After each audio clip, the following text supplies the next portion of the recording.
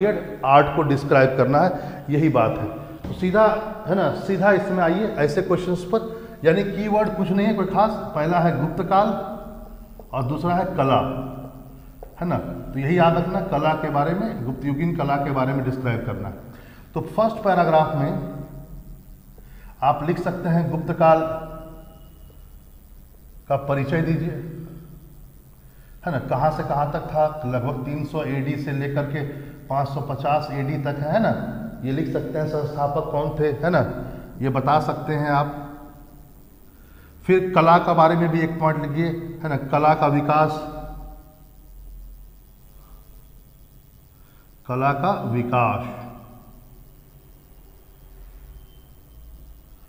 स्वाभाविक था,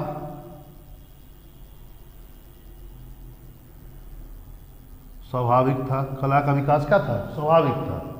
बहुत अच्छे है ना स्तर पर था, आप ये भी लिख सकते हैं स्वाभाविक की जगह पर अच्छा भी लिख सकते हैं। ग्रोथ एंड डेवलपमेंट क्या था, बहुत अच्छा हुआ। अब देखिए कला का यदि विकास हुआ तो सभी क्षेत्रों में हुआ है, जैसे वास्तु कला, वास्तुकला में विकास हुआ है। चित्रकला,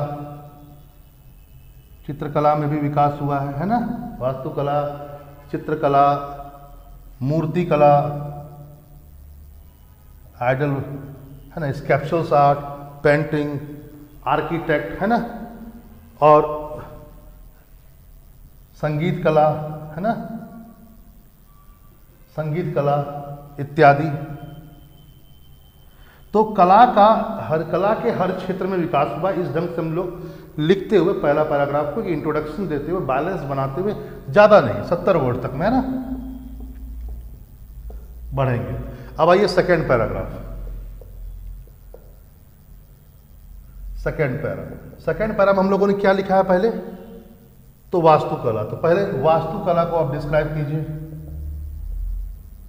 वास्तुकला के बारे में बताइए। सबसे पहले वास्तुकला में लिखिए मंदिर वास्तुकला, टेम्पल आर्किटेक्ट। याद रखेंगे कि सबसे पहले मंदिर, है ना, गुप्त काल में ही बने हैं। गुप्त काल से पहले, जब से आप लोग हिस्ट्री पढ़ रहे हैं, ऐतिहासिक काल हो या प्रागैतिहासिक काल हो, चाहे मौर्य काल हो, चाहे मौर्योत्तर काल हो, है ना, पोस्ट मौर्यन या मौर्य या वैदिक पीरियड या कोई पीरियड, अभी तक मंदिर नहीं बने हैं। पहली बार इतिहास में मंदिर कब बनते हैं, गुप्त पीरियड में बनते हैं। और गुप्त राजाओं ने जो मंदिर की जिस शैली का विकास किया, खासकर नॉर्थ इंडिया में, वो क्या था, नागर शैली, है ना, नागर शैली या नागरा स्टाइल। तो इसको थोड़ा डिस्क्राइब कीजिएगा जरूर। और जब इसको आप डिस्क्राइब कर रहे हो नागर शैली को, तो जरूर, है ना, थोड़ा सा एक ध्यान रखें कि इसका फिगर जरूर बनाएं, है ना। जैसे नागर शैली का एक छोटा सा फिगर जरूर बना दीजिए, जैसे ये वाला।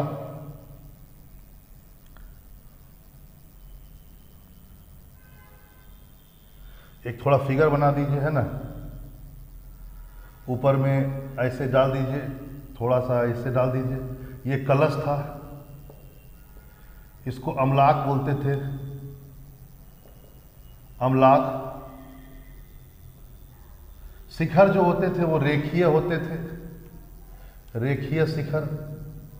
ये क्या है, गर्भगृह,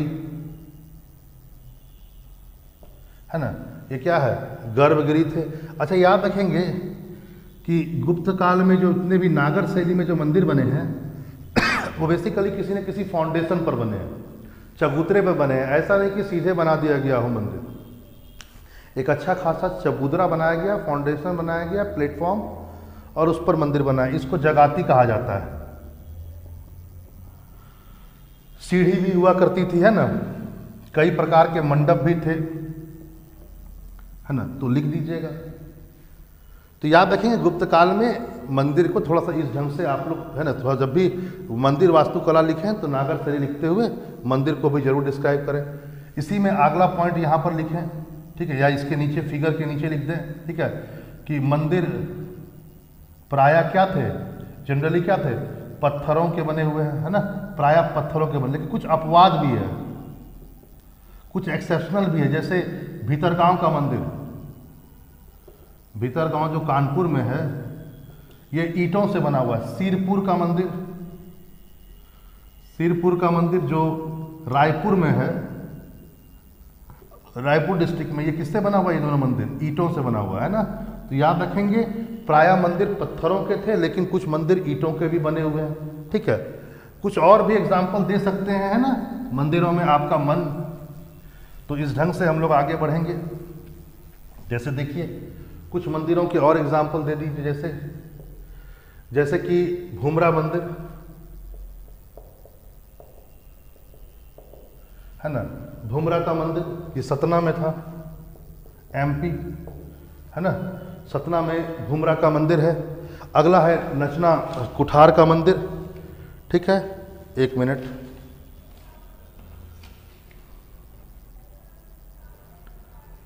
ठीक है। अगला है नचना कुठार का मंदिर, ये सागर डिस्ट्रिक्ट में है, ये भी एमपी है, ये भी एमपी। अच्छा, एक बात ये भी ध्यान रखेंगे कि नागर शैली की सबसे बड़ी विशेषता यानी गुप्तकालीन मंदिरों की विशेषता थी ही कि शिखर बने हैं, शिखर होते थे मंदिर यानी कि फ्लैट। तो पहला शिखर वाला मंदिर कौन सा था? आपको पता होगा पहला शिखर वाला मंदिर कौन था?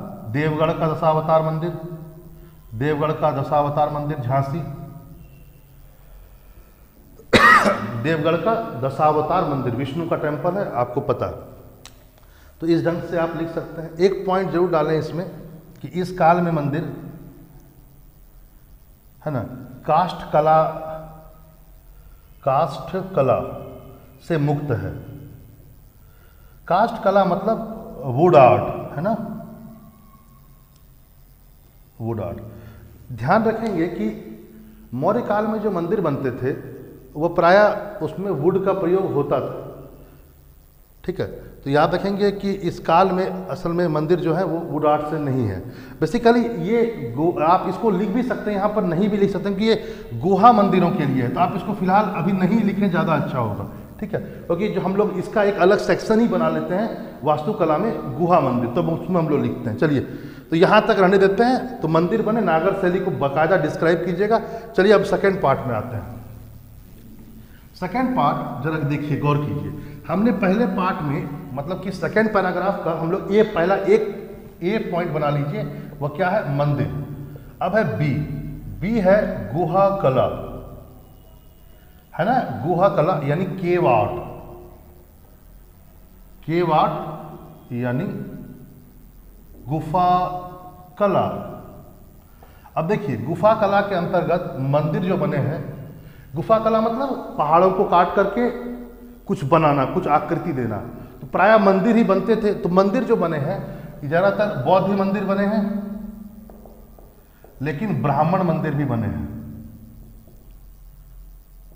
ब्राह्मण मंदिर मतलब हिंदू धर्म से संबंधित मंदिर। आपको पता होगा हिंदू धर्म को पहले सनातन धर्म या ब्राह्मण धर्म भी कहते थे।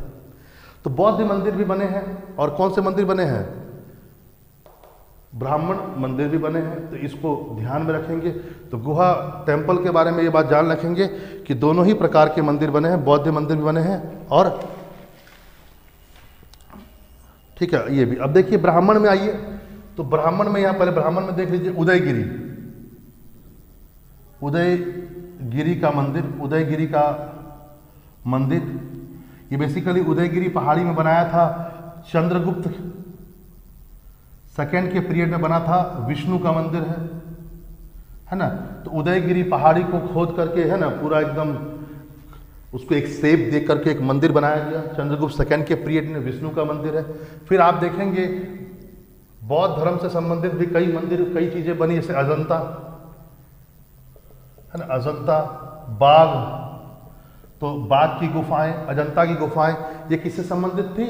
बौद्ध धर्म से संबंधित थी। तो यहाँ पर थोड़ा सा ध्यान रखेंगे कि थोड़ा इसको डिस्क्राइब भी कर सकते हैं आप। जैसे देखिए, जैसे सेकेंड पैराग्राफ ही चल रहा है, जैसे अजंता, याद रखेंगे अजंता में कुल मिलाकर 29 केव्स हैं यानी गुफाएं हैं, जिसमें से 4 चैत्य हैं और बाकी जितने बचे सब विहार हैं। अब यहाँ विहार और चैत्य क्या होता है मैं ये तो डिस्क्राइब नहीं करूंगा फुल्ली, लेकिन जान लीजिए बौद्ध मंदिरों को चैत्य कहते हैं, और जहाँ पर बौद्ध भिक्षु रहा करते थे एक प्रकार का हॉस्टल, उसको आप विहार कहेंगे। ठीक है, तो अजंता में 29 केव्स हैं, 4 चैत्य हैं, बाकी विहार है। याद रखेंगे कि अजंता में जो इतने भी केव बने हैं वो ऐसा नहीं गुप्त पीरियड के हैं। सच्चाई यह है कि 200 BC से वहां पर केव बन रहे हैं, यानी सातवाहन काल से, सातवाहनों के समय से वहां केव बन रहे हैं। सच्चाई यह है कि 16, 17 और 19 यानी 16वां नंबर केव, 17वां नंबर केव और 19 नंबर केव ये गुप्तकालीन है। ध्यान रखेंगे 16, 17 और 19 क्या है, गुप्तकालीन है। उसी ढंग से आइए बाग में कुल मिलाकर के 9 गुफाएं हैं। इसमें कुछ क्या है, गुप्तकालीन है, गुप्तकालीन है ना, कुछ गुप्तकालीन है, तो इसको ध्यान रखेंगे। और इसी में वो बात जो मैंने अभी कहा कि काष्ठ कला है ना, काष्ठ कला आपको नजर नहीं आएंगी यहाँ के स्थापत्य कला में, यानी कि गुहा कला इस पीरियड में काष्ठ कला को से मुक्त हो जाती है। वुड आर्ट है ना, वुड आर्ट से मुक्त हो जाती एक तरह से कहा जाए, क्योंकि मौर्यन पीरियड में क्या हुआ था कि जितने भी गुफा कला या गुफा मंदिरें बनी हुई है उसमें लकड़ियों का भी प्रयोग हुआ है। लेकिन इस पीरियड के जो आर्किटेक्ट है, केव आर्किटेक्ट, गुहा कला जो है वो बेसिकली वुड आर्ट से फ्री है, उसमें किसी प्रकार का काष्ठ कला आपको नजर नहीं आएगी। ठीक है, चलिए आगे। अगला हम लोग पढ़ते हैं, इसी को थोड़ा आगे बढ़ाते हैं। तो हम लोगों ने सेकेंड पैराग्राफ देख लिया है ना। सेकेंड पैराग्राफ में याद रखेंगे 2 पॉइंट है। पहला भाग है मंदिर और दूसरा है गुफा, है ना। अब आइए तीसरा पैराग्राफ कला का, है ना। तीसरा पैराग्राफ है चित्रकारी, डाल सकते हैं आप, है ना, चित्रकारी लिख लीजिए यहां पर, है ना। विकसित प्रकार की चित्रकारी थी, विकसित प्रकार की चित्रकारी के प्रमाण मिले हैं, है ना, प्रमाण मिले हैं, विकसित प्रकार की चित्रकारी के प्रमाण मिले हैं। एक पॉइंट और भी लिख सकते हैं, है ना, रंगों का उच्च ज्ञान था इनको। तो याद रखेंगे इस पीरियड में जो पेंटिंग देख करके ऐसा लगता है कि इनको, है ना, रंगों का उच्च ज्ञान था। फिर कुछ एग्जाम्पल दीजिए, एग्जाम्पल दीजिए। एग्जाम्पल में पहले साहित्यिक, है ना, साहित्यिक साक्ष्य एविडेंस बताइए। जैसे कामसूत्र, है ना, कामसूत्र वात्सायन की कामसूत्र, कई चित्र मिले हैं, वो बताते हैं कि इस काल में चित्रकला जो थी वो कितनी विकसित थी। जैसे मुद्रा राक्षस, आपको पता होगा मुद्रा राक्षस एक बुक है जो किसके द्वारा लिखी गई है, विशाख दत्त की लिखी हुई है। इसमें भी आपको पेंटिंग के एविडेंस मिलते हैं। फिर मेघदूत कालिदास का है, इसमें चट्टान, है ना, चित्रकारी, रॉक पेंटिंग के बारे में काफ़ी जानकारी आपको मिलेगी, तो इसको डाल सकते हैं। फिर अजंता की गुफा बहुत इंपॉर्टेंट है। तो अजंता की गुफा में जो चित्र मिले हैं वो धार्मिक भी मिले हैं और धर्मनिरपेक्ष भी मिले हैं, दोनों प्रकार के मिले हैं। जैसे धार्मिक में कैसे है, बौद्ध धर्म से संबंधित चित्रकारी है। जातक कथाएं हैं, उसको भी चित्रकारी का रूप दिया गया है। जातक कथाएं क्या है, जातक कथाएं मतलब बुद्ध के पुनर्जन्म की कथाएं, तो उनको भी पेंटिंग का रूप दिया गया। तो ये यहाँ पर लिख सकते हैं। इसका बहुत बड़ा एग्जाम्पल है 17 नंबर केव। वहीं आपको 16 नंबर केव में क्या मिलेगा, बहुत सारे एविडेंस मिलेंगे जो धर्म से इतर पेंटिंग को दिखाता है। जैसे मरणासरण राजकुमारी का दृश्य, डाइंग प्रिंसेस का एक दृश्य आपको मिलेगा। तो इस ढंग से आप लिख सकते हैं। बाग में भी, है ना, बाग की चित्रकारी का भी उल्लेख कर सकते हैं। तो इस ढंग से आगे बढ़ सकते हैं चित्रकारी में। ठीक है, चलिए अगला कला के अगला भाग देखते हैं, यानी 4th पैराग्राफ।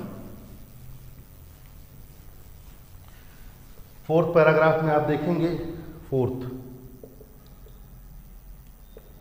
शिल्प कला या मूर्ति कला।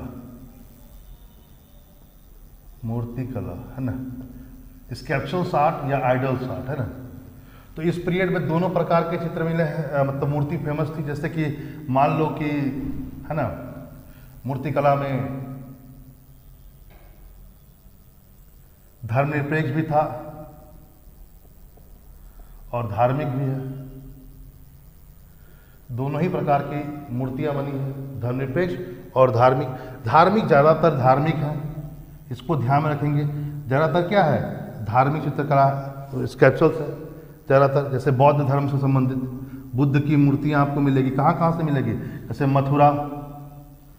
मथुरा से मिली है, फिर, है ना, सारनाथ से मिली है, फिर कहाँ से मिली है, फिर जैसे कि सुल्तानगंज से मिली है ना। फिर ब्राह्मण धर्म में आपको, है ना, विष्णु की कई मूर्तियां मिलेगी, विष्णु, शिव, है ना, शिव की मूर्ति मिलेगी। साथ में हरिहर जो विदिशा में है। हरिहर मतलब, हरि मतलब विष्णु और हर मतलब महादेव यानी कि शिव। इन दोनों का भी एक तरह से क्या किया गया, समन्वय किया गया, क्योंकि डर इस बात की थी कि कहीं धर्म दो भाग में न बढ़ जाए, वैष्णव धर्म अलग हो जाए, शैव धर्म अलग हो जाए, तो धर्म एकजुट रहे, इसके लिए हरिहर की संकल्पना ही विदिशा में आपको ऐसी मूर्तियां मिलेगी। फिर अगला पॉइंट जरा देखेंगे इसी में, तो मूर्ति कला में अगला पॉइंट देखिए। इस पीरियड की मूर्ति कला में इस बात को ध्यान में रखेंगे कि इस पीरियड की मूर्ति कला में सबसे बड़ी बात यह थी कि इस काल में मूर्तियों का स्वरूप आदर्शवादी है। क्या है, आदर्शवादी, यानी क्या नहीं है, यथार्थवादी नहीं है। यथार्थवादी किस पीरियड में था, इससे पहले के पीरियड में था, कुषाण काल में। इसका मतलब क्या है, आदर्शवादी का मतलब, आदर्शवादी का मतलब यह हुआ कि शारीरिक अभिव्यक्ति से ज्यादा भाव अभिव्यक्ति पर ध्यान दिया गया है।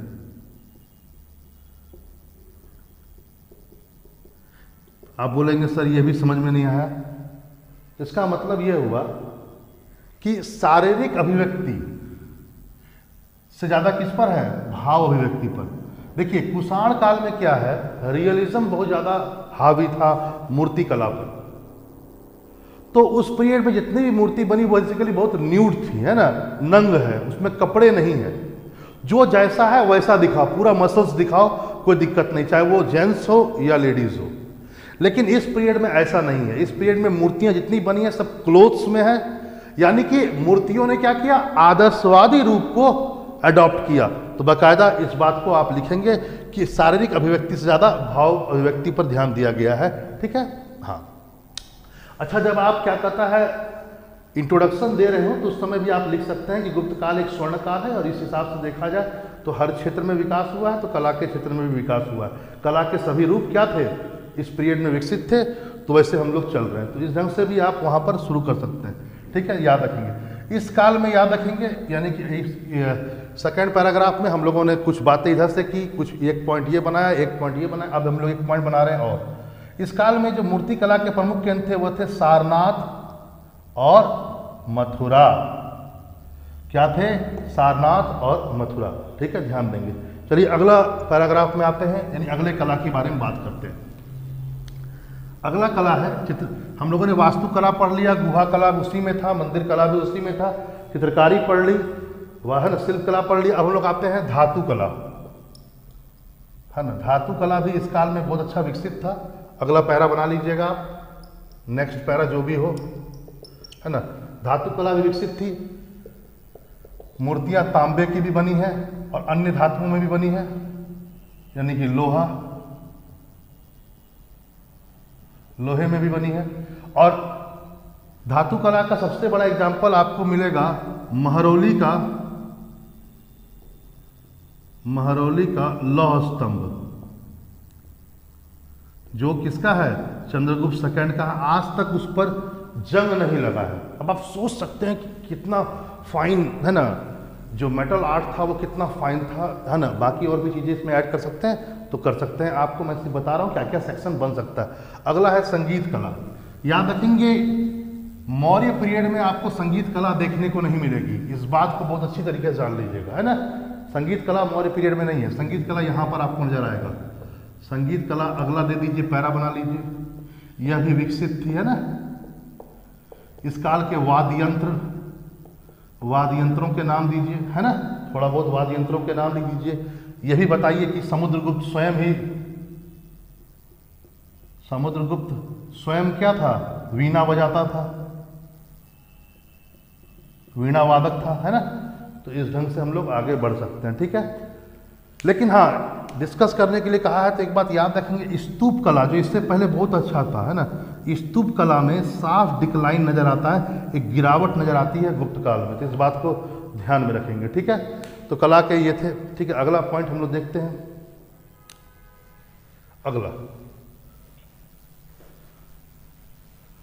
अगला क्वेश्चन पॉइंट नहीं, अब अगला क्वेश्चन पर चर्चा करते हैं। अगला क्वेश्चन देखते हैं क्या है, जरा इस पर चर्चा करें।